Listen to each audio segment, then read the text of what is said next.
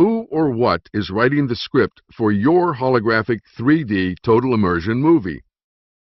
Who or what is your director, screenwriter, producer? The best answer quantum physicists have come up with so far is consciousness. Here's how Dr. Amit Goswami puts it. Quantum physics enables us to see directly that we can make sense of the world only if we base the world on consciousness. World is made of consciousness. World is consciousness. Consciousness is the ground of being. Quantum physics makes this as clear as daylight, because quantum physics shows you clearly that science, quantum mathematics, which is, in our belief, the most fundamental mathematics, most accurate mathematical description of nature that we have discovered. This mathematics shows us clearly that the movement of objects are describable only in terms of possibilities, not the actual events that happens in our experience. Quantum physics calculates only possibilities. But if we accept this, then the question immediately comes, what chooses among these possibilities to bring the actual event of experience? So we directly, immediately see that consciousness must be involved. Consciousness must be the ground of being, of which objects are part, but not all of it. And these objects then can be described as waves of possibility, and quantum physics succeeds in giving this description very accurately and gives probabilities so that we can do science on the basis of it whenever there is a large number of objects and large number of events.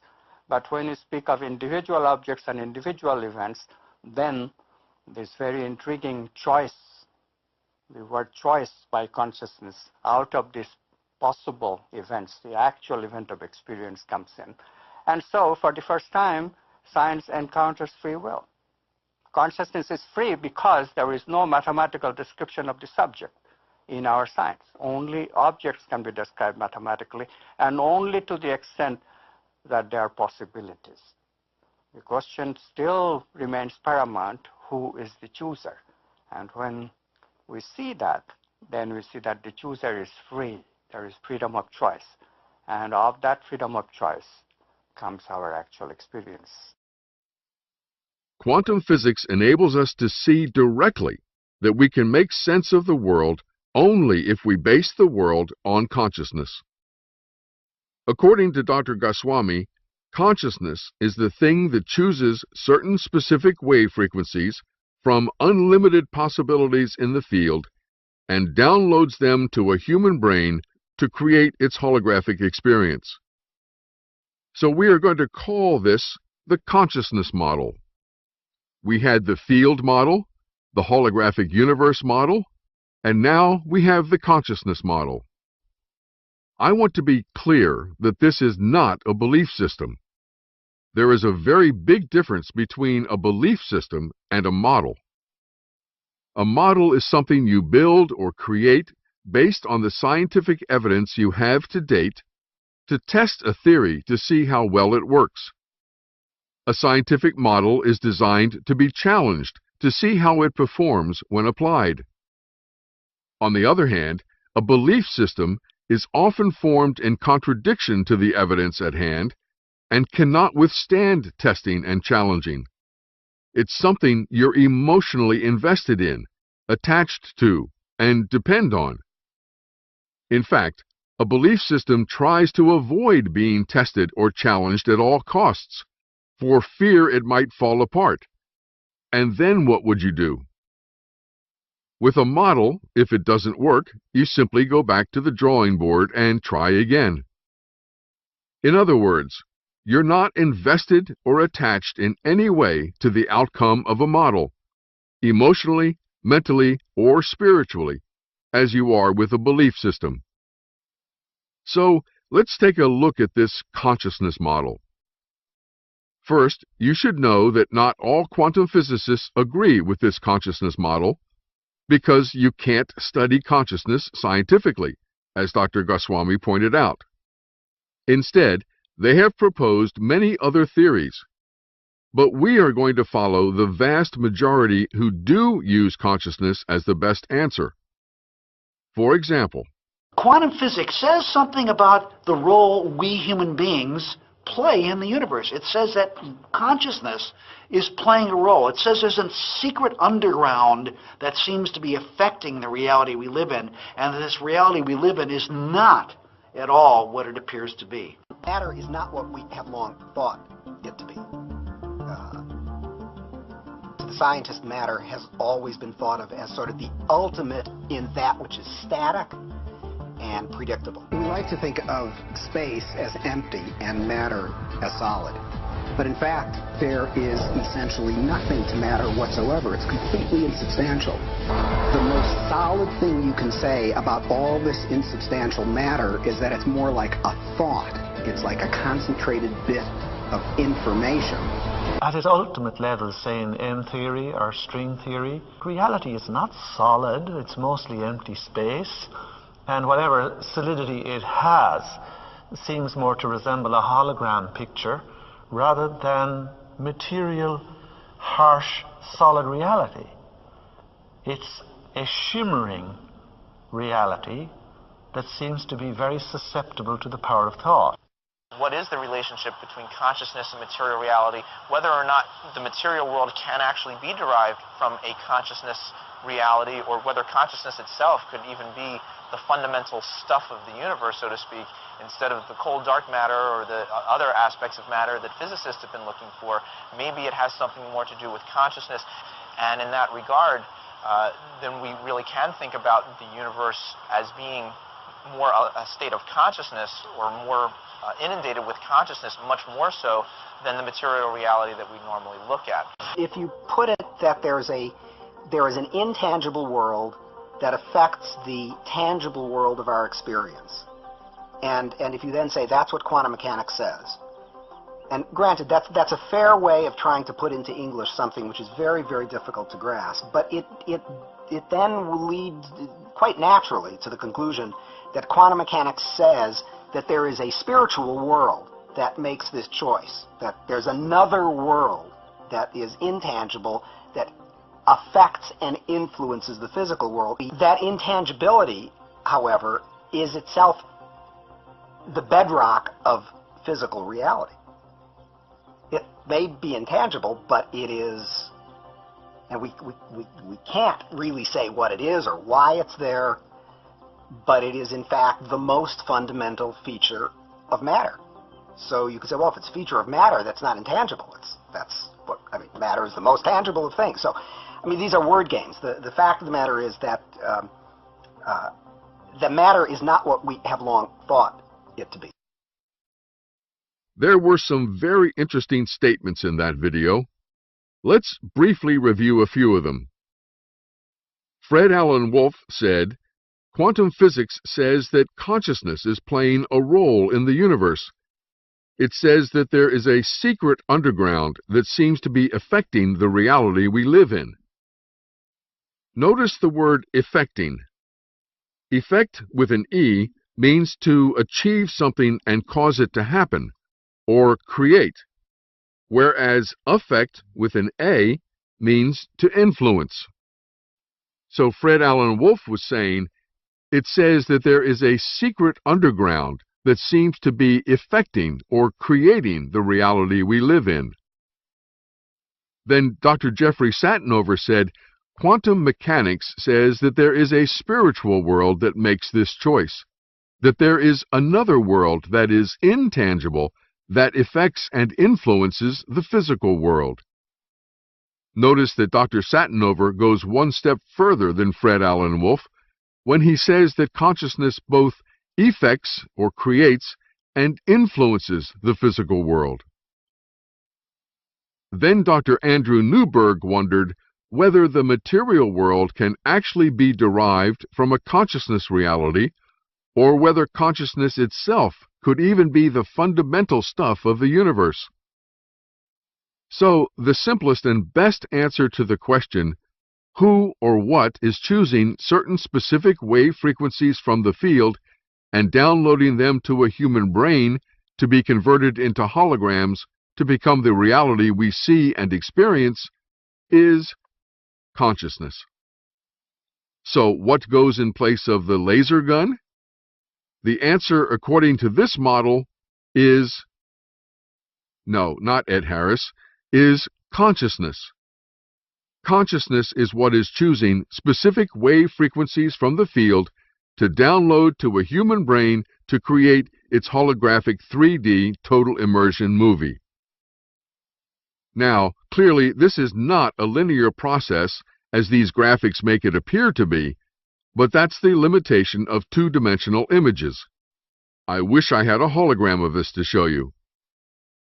What probably is closer to the truth is something like this in 3 dimensions. And it might even be that consciousness and the field are more intertwined. Be that as it may, are we all agreed?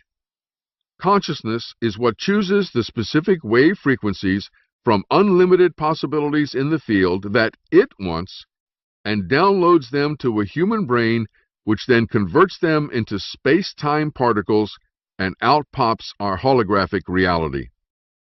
Wonderful. Question answered. Problem solved. We can all go home now. Oops, wait a minute. What exactly is consciousness in this context? That would be a very important thing to know. How can we possibly build a consciousness model unless we know what we mean when we say the word consciousness? Well, let's go back to the experts and find out, what is consciousness? What is consciousness? Well, consciousness is a very difficult thing to define. What is a simple definition of consciousness? What is consciousness? Where does it come from? What is consciousness? People have been trying to explain consciousness and try to figure out what exactly it is, what it means for us as human beings, why we even have it. What is consciousness? Yeah. Well, I mean, I'm going to give you an answer that you're not going to be happy with. And I'm not happy with it either. I just don't know what more to say about it at the moment.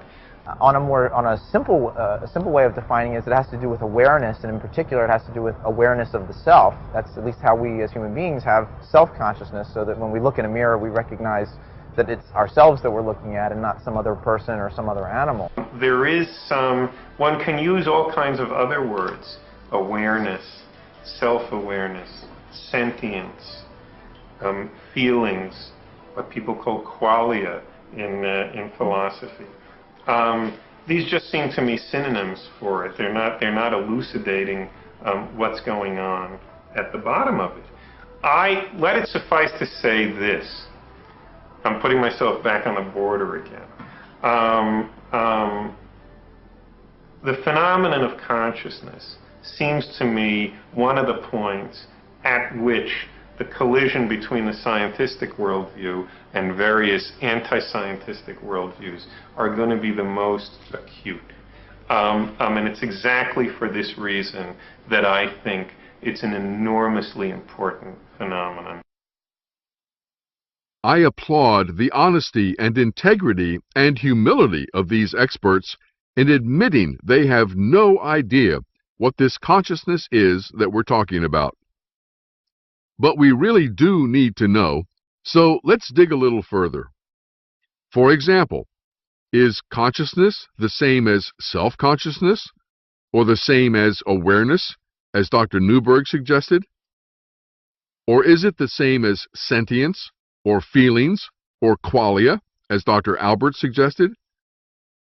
Maybe the dictionary can give us a good definition of consciousness in this context. In the Merriam-Webster Dictionary.com, I found 5 definitions for consciousness. Let's take a look at those 5 definitions one at a time. Definition number 1 has 3 parts. It says, A, the quality or state of being aware, especially of something within oneself. B, the state or fact of being conscious of an external object, state or fact. And C, awareness, especially concern for some social or political cause. So this definition has a lot to do with awareness, both within oneself and without. But it really doesn't seem to fit what we're talking about on the other side of the field. The consciousness we're talking about is much more than just aware. It is making choices and decisions that we are not aware of. Let's go on to definition number 2. The state of being characterized by sensation, emotion, volition, or thought. Mind. No, the mind or emotions is not what we're looking for here either. Definition number 3. The totality of conscious states of an individual. Well, that may be getting a little closer, talking about totality, but it still doesn't help me understand what this consciousness is on the other side of the field.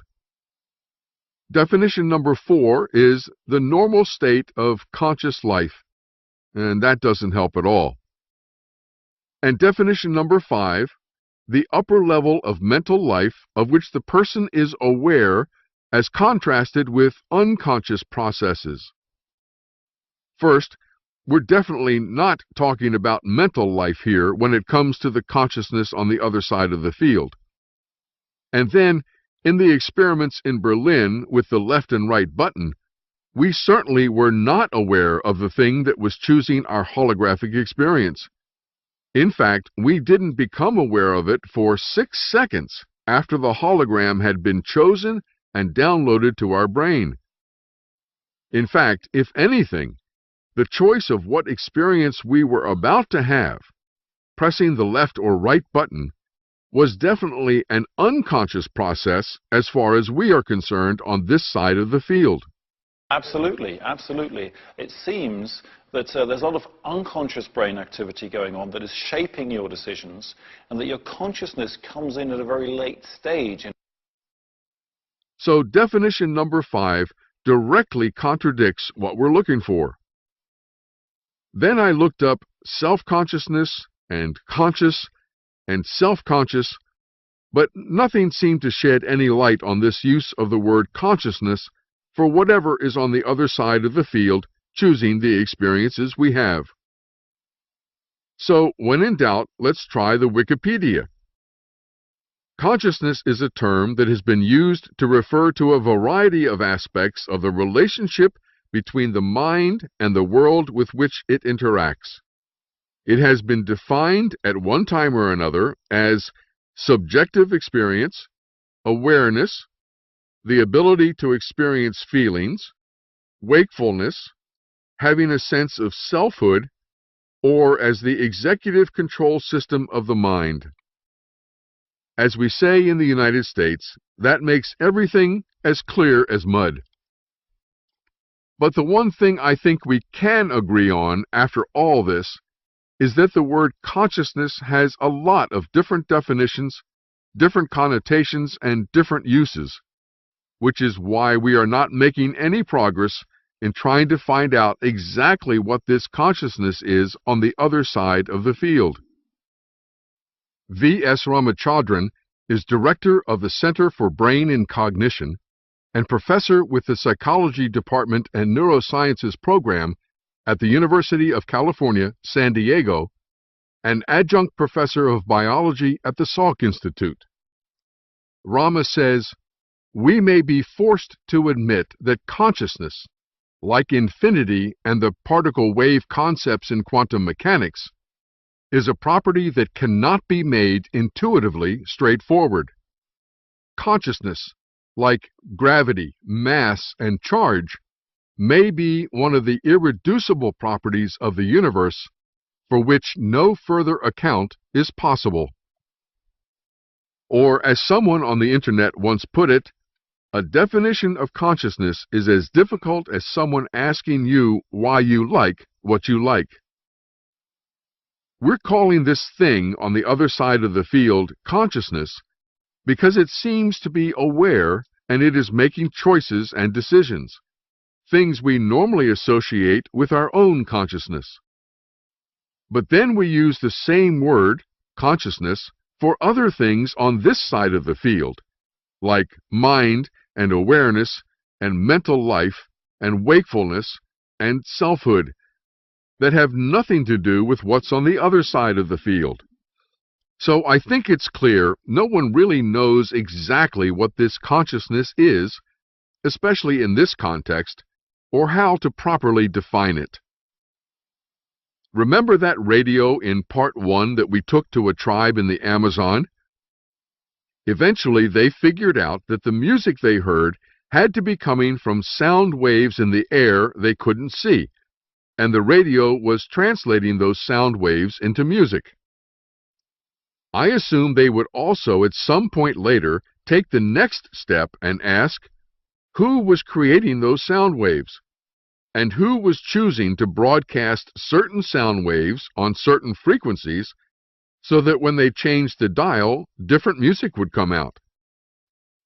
The natives might actually find out the answers to those questions one day, but unfortunately, we won't.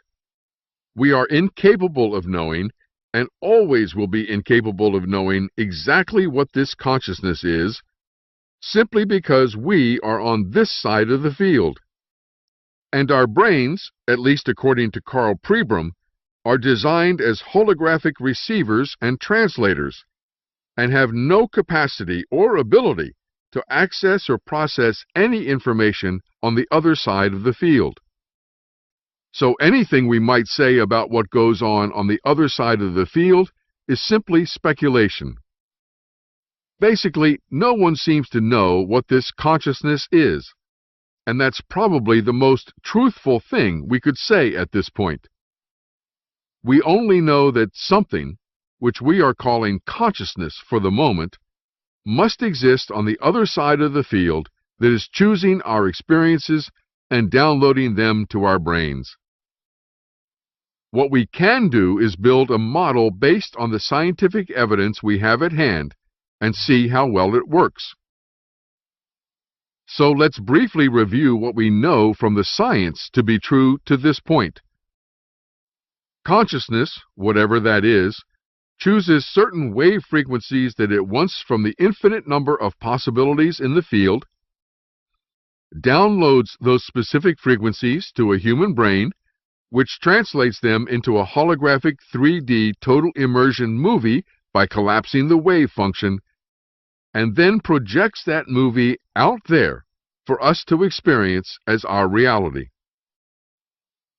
We have now arrived at a point halfway through this 5-part series of workshops, and we have also reached the limits of what quantum physics can tell us at the present time.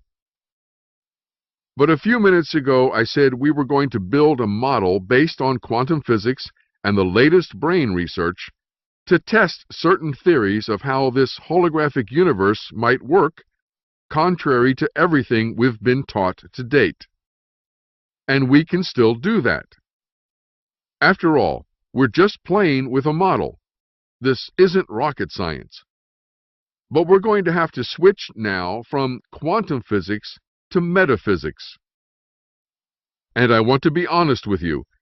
I said in the beginning of Part 1 that you would not be listening to my theories or my beliefs or my opinions. And that's been true to this point. I have let you hear all of this directly from the experts themselves. That is changing now. As I discuss this consciousness model that many of us have been using and testing for the last few years, it will include some of my own theories based on my research and experience, along with input from others. However, whatever model we build must conform to and be consistent with all the scientific evidence we have to date. This is a prerequisite for any model anyone builds. The first step we need to take is come up with a working definition for this thing we are calling consciousness. Not only a definition, but a new name, so we don't keep confusing it with our own consciousness on this side of the field. We need something specific and clear, even if it's a guess at this point. Something to base this model on. Something we all understand what we mean when we say that consciousness is the thing that is creating our holographic experiences. So maybe it's time to try another approach. It often works well that when we can't figure out what something is, we can start eliminating what we know it is